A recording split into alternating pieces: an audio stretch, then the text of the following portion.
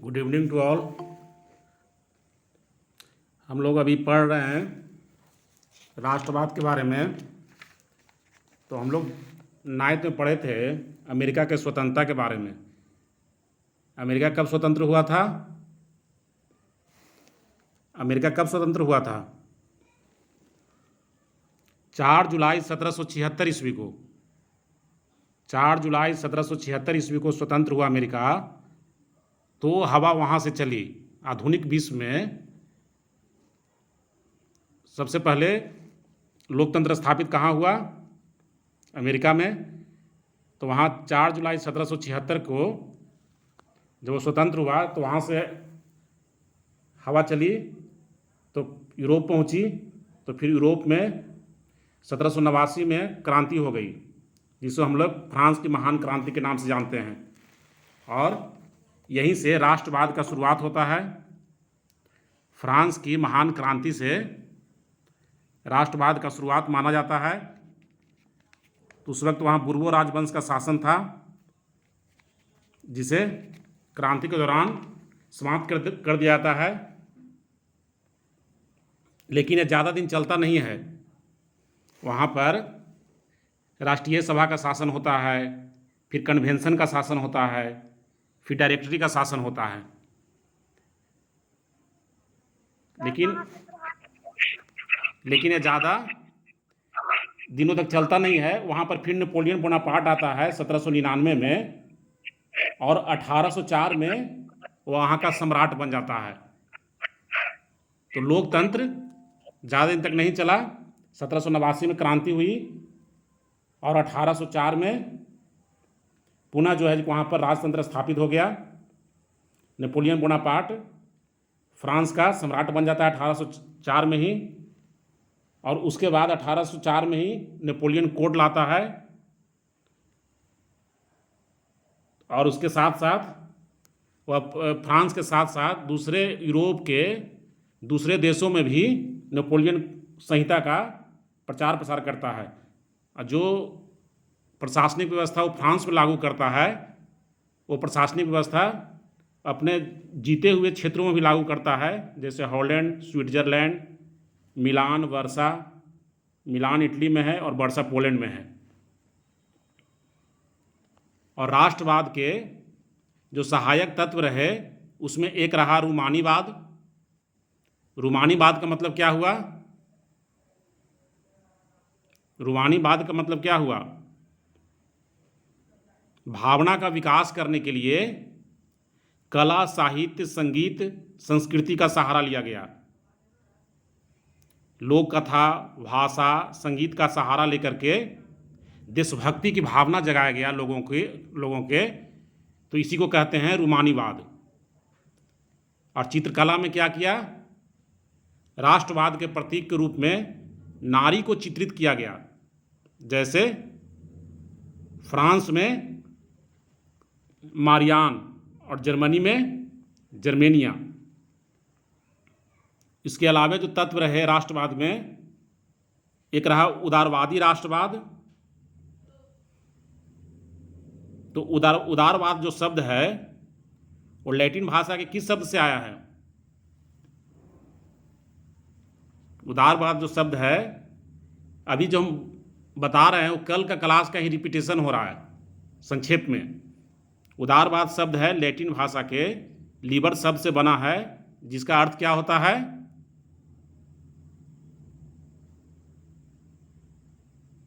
Libre शब्द का अर्थ होता है आज़ाद। ठीक है, इसी से भी एक शब्द बन गया है लिबर्टी। लिबर्टी का मतलब होता है आज़ादी। तो लिबर शब्द का क्या अर्थ हुआ? आज़ाद।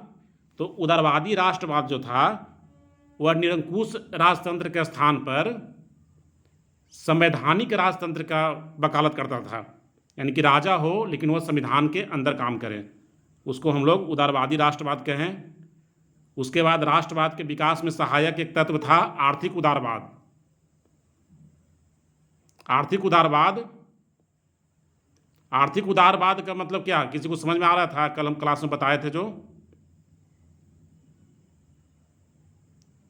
अंशु का वीडियो ऑन है, अंशु अपना वीडियो ऑफ कर लेगा जी।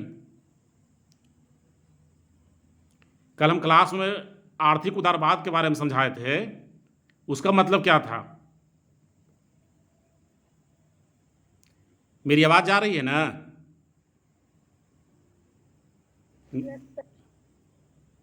हाँ, आवाज जा रही है। तो आर्थिक उदारवाद का मतलब था कि व्यापार पर से, आर्थिक उदारवाद का क्या मतलब था? व्यापार पर से राजकीय नियंत्रण समाप्त हो जाए। आर्थिक उदारवाद का मतलब क्या था? व्यापार पर से राजकीय नियंत्रण समाप्त हो जाए और मुक्त व्यापार हो। व्यापार क्या हो? मुक्त हो, यानी उस पर कोई सरकारी नियंत्रण न हो। सरकारी नियंत्रण से क्या हो? व्यापार मुक्त हो। उसी को कहेंगे आर्थिक उदारवाद। और लोगों को यह समझ में आ गया था कि आर्थिक उदारवाद से ही ये राष्ट्रवाद संभव हो सकता है। पूरी तरह राष्ट्रवाद को लाने के लिए, व्यापक राष्ट्रवाद को लाने के लिए आर्थिक उदारवाद ही रास्ता है। यानी कि देश के अंदर व्यापार करने में किसी प्रकार का रुकावट न हो। जैसे हम लोग पढ़े थे पिछले क्लास में कि जर्मनी 300 राज्यों का संघ था, 300 अलग अलग ही राज्य था जर्मनी में, ठीक है। तो उसको मिला करके नेपोलियन कितना राज्य बना दिया था? 39। हाँ, 39 राज्य बनाया था। तो 39 राज्यों का मुद्रा अलग थी। एक राज्य से दूसरे राज्य में सामान बेचने पर हर जगह टैक्स देना पड़ता था। माप तौल का जो अलग अलग पद्धति है, जो फिजिक्स में पढ़े होगे, फिजिक्स में पढ़ना है, सबसे पहला अध्याय यही है, माप तौल की पद्धति। तो बहुत तरह उसमें पढ़ना है, बहुत तरह की माप तौल की पद्धतियाँ हैं। तो अलग अलग राज्यों में अलग अलग माप तौल की प्रणाली थी। तो इस सब से क्या होती थी? व्यापारियों को परेशानी होती थी। तो आर्थिक उदारवाद का मतलब क्या है? कि व्यापार हो जो पूरी तरह मुक्त हो और उस पर सरकारी नियंत्रण नहीं हो। तो जर्मन लोग ये समझ गए थे कि व्यापक राष्ट्रवाद लाने के लिए आर्थिक राष्ट्रवाद लाना जरूरी है। इसके लिए प्रसा ने सबसे पहले 1834 में एक संघ बनाया था। उसका नाम है शुल्क संघ, ठीक है। जो अलग अलग 39 राज्य था, तो 39 में अलग अलग सामान बेचने पर शुल्क देना पड़ता था, जिससे व्यापारियों को बहुत परेशानी होती थी।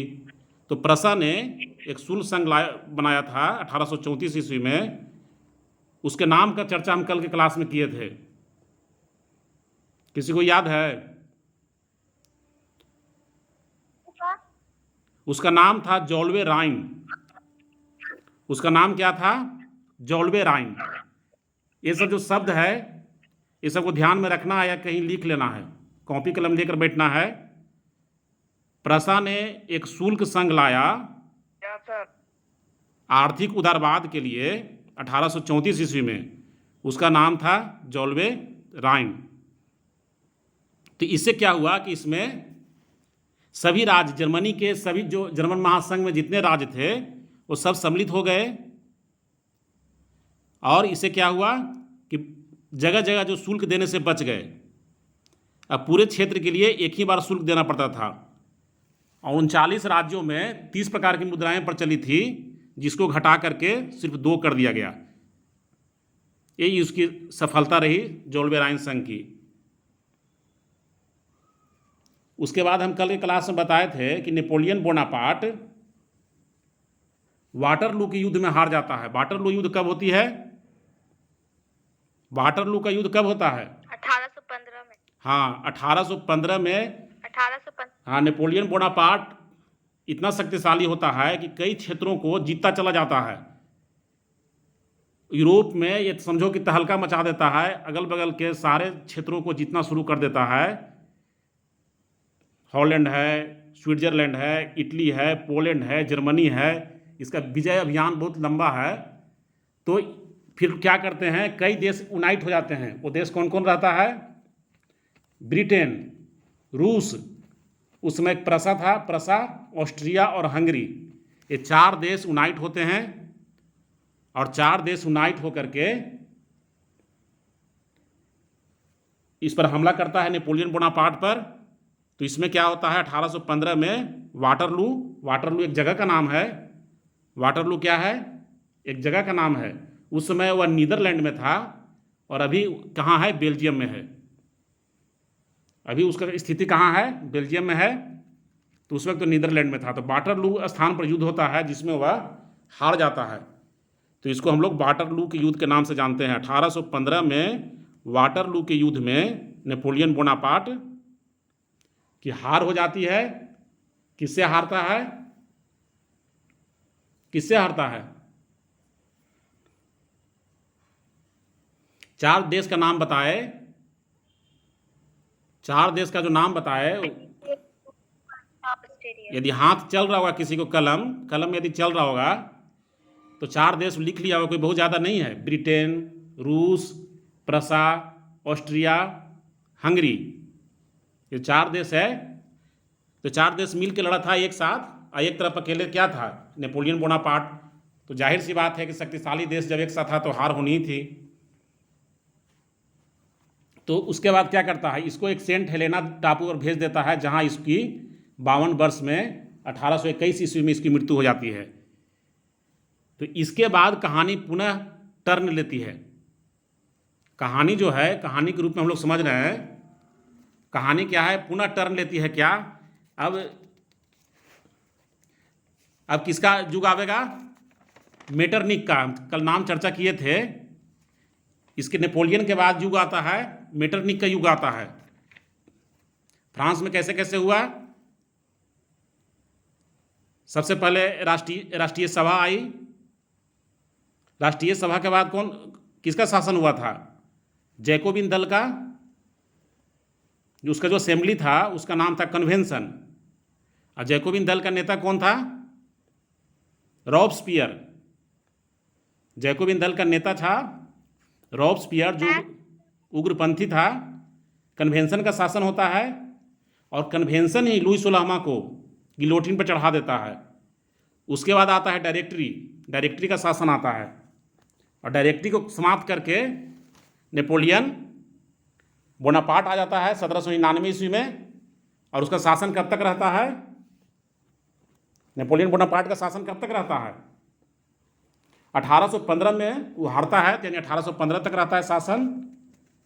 तो इसके बाद जब वहाँ से इसको हिरासत में लेकर के सेंट हेलेना टापू पर भेज दिया जाता है, उसके बाद यूरोप की कहानी बदल जाती है। तो अब क्या होगा यूरोप में? नेपोलियन बोनापार्ट जो नेपोलियन संहिता लाया था उसमें कानून के समझ समानता की बात थी। जन्मजात जो विशेषाधिकार था उसको समाप्त कर दिया गया था। नागरिकों को संपत्ति संबंधी अधिकार दिया गया था। सामंती व्यवस्था सुधार दिया गया था। नेपोलियन बोनापार्ट राजा तो बना था लेकिन वह काम बहुत अच्छा किया था। ठीक है। तो अब क्या होगा? इससे बहुत लोग नाखुश थे। जो धनी वर्ग थे, कुलीन वर्ग, पादरी वर्ग, तो उन लोग क्या थे? इससे नाखुश थे, क्योंकि वो नहीं चाहते थे जैसे जिनको विशेषाधिकार मिला हुआ था जन्मजात, जन्म से ही, तो वो खुश क्यों होगा? जब समाप्त कर दिया गया तो उसको तो तकलीफ होगी। तो उसी में एक था मेटरनिक। ये कौन था? ऑस्ट्रिया का चांसलर था। और कई जगह ये राजाओं को समाप्त करके नेपोलियन बोनापार्ट क्या किया था? अपने अधीन कर लिया था। यूरोप में, जर्मनी में, हॉलैंड में, स्विट्जरलैंड, इटली, पोलैंड इत्यादि क्षेत्रों को जीत करके वहाँ राजतंत्र को समाप्त कर करके उसको अपने अधीन कर लिया था। तो वहाँ के सब जो राजा लोग थे वो लोग भी क्या थे? इसके अगेंस्ट हो गए थे। तो इसके युद्ध में हार के बाद यूरोप में क्या होता है? रूढ़िवाद की पुनर्स्थापना होती है। तो रूढ़िवाद क्या है? मतलब पुनः राजतंत्र आवेगा। रूढ़िवाद क्या है? रूढ़िवाद का अर्थ हम बतलाए थे, किसी को याद है? रूढ़िवाद, रूढ़िवाद का मतलब हुआ जो, हाँ हाँ, क्या चीज? क्या बोले? सुनाई नहीं पड़ा, फिर से बोलिए। रूढ़िवाद का मतलब हुआ जो परंपरा में चली आ रही है। तो परंपरा में क्या चली आ रही थी? राजतंत्र। जो परंपरा में चली आ रही थी राजतंत्र। तो राजतंत्र का स्थापना होगा जो पहले से क्या चली आ रही थी कि जन्मजात विशेषाधिकार दिया हुआ था किसको? पादरियों को, कुलीन वर्गों को। तो पुनः वो सब होगा। यानी जो भी नेपोलियन बोनापार्ट किया था ठीक उल्टा होगा। अब जो नागरिकों को संपत्ति अधिकार दिया गया था वो छीन लिया जाएगा, सामंती व्यवस्था समाप्त कर दिया गया तो उसको लागू किया जाएगा। यानी कि रूढ़िवाद व्यवस्था जो पहले से व्यवस्था थी, नेपोलियन के आने के पहले की जो व्यवस्था थी, वो व्यवस्था जो है यूरोप में पुनः लागू होता है 1815 में वाटरलू के हार के बाद। और इसको लागू करने में जो मुख्य श्रेय जाता है उसका नाम है मेटरनिक। इसलिए इस व्यवस्था का नाम मेटरनिक व्यवस्था भी पड़ता है। इस व्यवस्था का क्या नाम पड़ता है? मेटरनिक व्यवस्था। एक और मेटरनिक जो था वह प्रतिक्रियावादी था। तो प्रतिक्रियावादी एक नया शब्द है, इसका अर्थ किसी को पता है? प्रतिक्रियावादी, प्रतिक्रियावादी एक नया शब्द है। प्रतिक्रियावादी का मतलब हुआ सुधार का विरोधी। नेपोलियन क्या किया था? नेपोलियन सुधार किया था विभिन्न क्षेत्रों में, आर्थिक क्षेत्रों में, प्रशासनिक क्षेत्रों में, ठीक है, तो किसानों की स्थिति में। तो जो सुधार किया था, तो इस सुधार का जो विरोध जो करेगा उसको कहते हैं प्रतिक्रियावादी। प्रतिक्रियावादी मतलब क्या हुआ? सुधार का विरोधी। तो नेपोलियन क्या किया था? बहुत सा सुधार किया था। फ्रांस की क्रांति में भी बहुत सा सुधार हुआ था। राष्ट्रीय सभा सुधार की थी, फिर कन्वेंशन में सुधार किया था। तो प्रतिक्रियावादी मतलब हुआ सुधार का विरोधी, और रूढ़िवादी मतलब परंपरा का पालन करने वाला। जो परंपरा में चली आ रही है, जो हमारे पूर्वज करते थे वही हम भी करेंगे। ठीक है। तो इसका जब पराजय हो जाता है तो पराजय में हाथ किसका किसका रहता है? ब्रिटेन, रूस, प्रसा और ऑस्ट्रिया के। तो जब जीत होती है और किसी की पराजय होती है तो प्रायः क्या होती है? हम लोग प्रथम विश्व युद्ध, दूसरे विश्व युद्ध में पढ़े हैं, प्रायः संधि होती है। उसको हम लोग संधि का नाम देते हैं। जब एक की हार होती है, दूसरे की जीत होती है, जैसे अभी रसिया और यूक्रेन में लड़ाई चल रही है। जब किसी की हार हो जाएगी, किसी की जीत हो जाएगी, तो उसके बाद क्या होगा? कहीं ना कहीं संधि होगा। तो जिस जगह पर संधि होगा उसी के नाम से वो संधि जाना जाएगा। तो 1815 में इसके नेपोलियन बोनापार्ट के हार के बाद वियना में एक सम्मेलन होता है। तो वियना कहाँ है? ये ऑस्ट्रिया की राजधानी है। वियना कहाँ है? ऑस्ट्रिया की राजधानी है। और मेटरनिक कौन है? वह ऑस्ट्रिया का चांसलर था उस वक्त, मेटरनिक। तो वियना में एक सम्मेलन होता है जिसे हम लोग वियना कांग्रेस के नाम से जानते हैं। तो वियना कांग्रेस क्या है? 1815 में हार के बाद जो विजेता ग्रुप था, ब्रिटेन, रूस, प्रसा और ऑस्ट्रिया के प्रतिनिधियों का क्या होता है? एक सम्मेलन होता है। कहाँ होता है? वियना में। इसका अध्यक्षता कौन करता है? इसकी अध्यक्षता करता है ऑस्ट्रिया के चांसलर मेटरनिक। तो इसलिए इसे वियना की संधि, इसी में वियना की संधि होती है। इसको वियना कांग्रेस कहते हैं या वियना सम्मेलन भी कह सकते हैं। और इसी में क्या होती है? वियना की संधि होती है। और वियना की संधि में क्या होगी? रूढ़िवादी व्यवस्था पुनः बहाल की जाएगी। जो रूढ़िवादी पहले जो व्यवस्था थी वह पुनः बहाल की जाएगी। तो वियना की संधि में क्या हुआ? इसका जो मुख्य उद्देश्य था ना, कि नेपोलियन ने जो जो परिवर्तन किया था उसको समाप्त कर देना है। इसका यही उद्देश्य था। इसका उद्देश्य क्या था? कि फ्रांस की क्रांति के द्वारा जो गणतंत्र और प्रजातंत्र की भावना फैली थी उसका विरोध करना। ठीक उसका अपोजिट इसका जो है, फ्रांस की क्रांति का जो उद्देश्य था, ठीक उसका अपोजिट उद्देश्य है वियना की संधि का। तो फ्रांस की क्रांति के द्वारा जो गणतंत्र और प्रजातंत्र की भावना का विरोध हुआ था, तो उसको भावना क्या करना है? इसको विरोध करना है और पुरातन व्यवस्था को पुनर्स्थापन करना है। यानी जो पहले से जो व्यवस्था लागू थी उसी को लाना था इसका उद्देश्य। फ्रांस की क्रांति द्वारा प्रदत्त गणतंत्र एवं प्रजातंत्र की भावना का विरोध करना और पुरातन व्यवस्था को पुनः लागू करना। तो वियना कांग्रेस से क्या हुआ, नेपोलियन युग का अंत हुआ और मेटरनिख युग का शुरुआत हुआ, क्योंकि एकदम अपोजिट हुआ। नेपोलियन का अपोजिट हुआ। नेपोलियन क्या किया, परिवर्तन लाया, और मेटरनिख क्या किया, रूढ़िवादी जो पहले से व्यवस्था थी उसी को लाया। तो इसमें संधि की जो मुख्य बातें कौन कौन सी थी, संधि की जो मुख्य बातें थी हम भेज दिए हैं वो व्हाट्सएप पर, बुक का फोटो भेज दिए हैं, वो देख सकते हो। देख लिए सर। हाँ, उसको देखने से क्या होगा ना, थोड़ा उसमें मेटरनिख का फोटो भी डाला हुआ है। मेटरनिख का फोटो दिखा देते हैं, चूंकि ये भी बहुत महत्वपूर्ण है। मेटरनिख का फोटो भी बहुत महत्वपूर्ण है, क्योंकि इसके नाम से हम युगे आया है। दिखाई पड़ा, दिखाई पड़ रहा है मेटरनिख। Yes sir. हाँ देखो, तो नेपोलियन युग के बाद क्या युग आता है, मेटरनिख। मेटरनिख कौन था,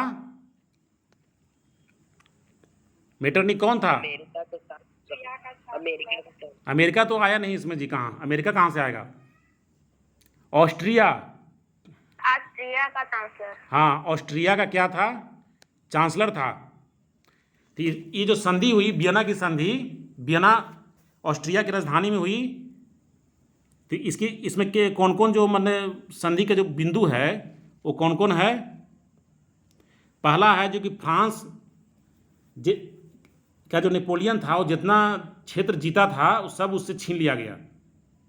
नेपोलियन जितना क्षेत्र को जीता था सब उसे छीन लिया गया फ्रांस से, और भविष्य में यूरोप में शांति व्यवस्था बनाए रखने और फ्रांस के सैनिक प्रसार पर अंकुश लगाने के लिए उसके चारों ओर नए राज्यों का घेरा बनाया गया। यानी भविष्य में फ्रांस की शक्ति नहीं बढ़े, उसके लिए फ्रांस के चारों ओर नया राज्य बना दिया। फ्रांसा के उसके पश्चिमी सीमा पर अनेक नया राज्य बनाया, नया महत्वपूर्ण क्षेत्र दे दिया। इटली पर प्रभाव बनाए रखने के लिए इटली को कई छोटे छोटे राज्यों में विभक्त कर दिया। जैसे अब इटली का क्षेत्र का नाम है, बुक में मैप दिया हुआ है, देख सकते हो। सिसिली और नेपल्स बुर्बो वंश के सम्राट फर्डिनेंड को दे दिया गया। इसी प्रकार इसको अनेक लघु राज्यों में बांट दिया गया। उसके बाद जो अगला जो मुख्य बिंदु है चौथा, उसमें था कि रूस को पोलैंड का एक भाग दिया गया,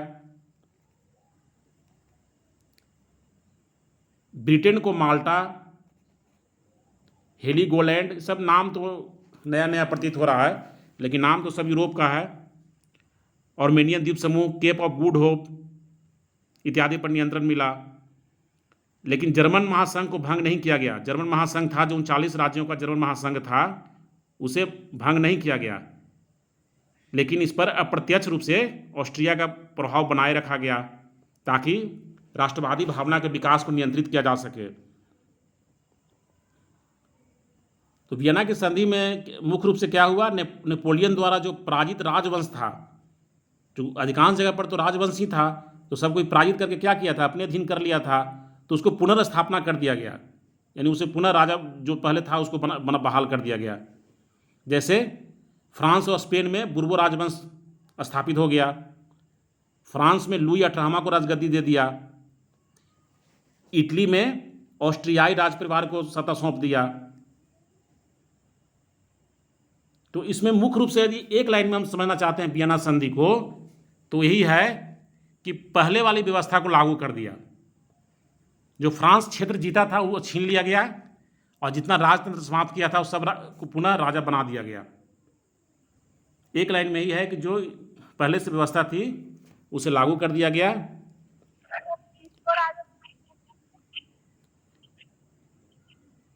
क्या जी? राजा बना दिया गया था फ्रांस में लुई 18वां को राजा बनाया, फिर इटली में ऑस्ट्रियाई राज परिवार को सौंप दिया। इसके अलावा क्या हुआ, वियना कांग्रेस की उपलब्धि, वियना की जो संधि हुई उसकी और उपलब्धि क्या है? तो वियना कांग्रेस में 2 और प्रस्ताव पारित हुआ। वो दो प्रस्ताव लाने वाले कौन थे? एक थे रूस के जार। रूस के राजा को क्या कहा जाता था? रूस के राजा को क्या कहा जाता था? रूस के राजा को अभिजीत नाम का कोई ज्वाइन करता है, अभिजीत से उसका माइक अक्सर ऑन रहता है, जिससे क्लास डिस्टर्ब होता है। अभिजीत करके है।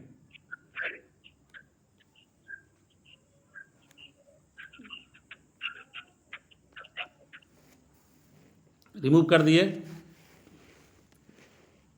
तो रूस के जार एक प्रस्ताव लाता है, उसका नाम था, जो राजा को वहाँ रूस में जार कहा जाता है। राजा के लिए जो रशियन शब्द है, रशियन भाषा में वह शब्द है जार। क्या है? जार है। तो रूस के जार अलेक्जेंडर, उस वक्त कौन थे? उस वक्त कौन थे? अलेक्जेंडर। अलेक्जेंडर क्या किया? एक पवित्र संघ का योजना लाया। वियना के संधि में और क्या क्या हुआ जो बतला रहे हैं। वियना के संधि में और क्या क्या हुआ वो बतला रहे हैं। तो दो प्रस्ताव और पारित हुआ। एक क्या हुआ? रूस के जार अलेक्जेंडर पवित्र संघ का योजना लाया। ये पवित्र संघ का योजना क्या है? तो पवित्र संघ का योजना है कि जार का मानना था कि यूरोप के सभी राजा एक दूसरे के भाई तुल्य हैं, अतः आवश्यकता पड़ने पर एक राजा दूसरे राजा की सहायता करेगा। तो यही हो गया पवित्र संघ। इस तरह का प्रस्ताव लाया। तो रूस के जार अलेक्जेंडर के पवित्र संघ योजना समझ में आ गई।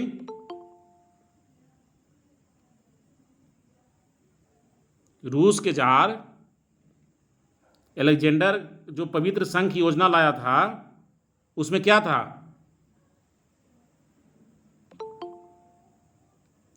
उसमें क्या था? अब इतना बोल रहे ना, उसमें क्या था?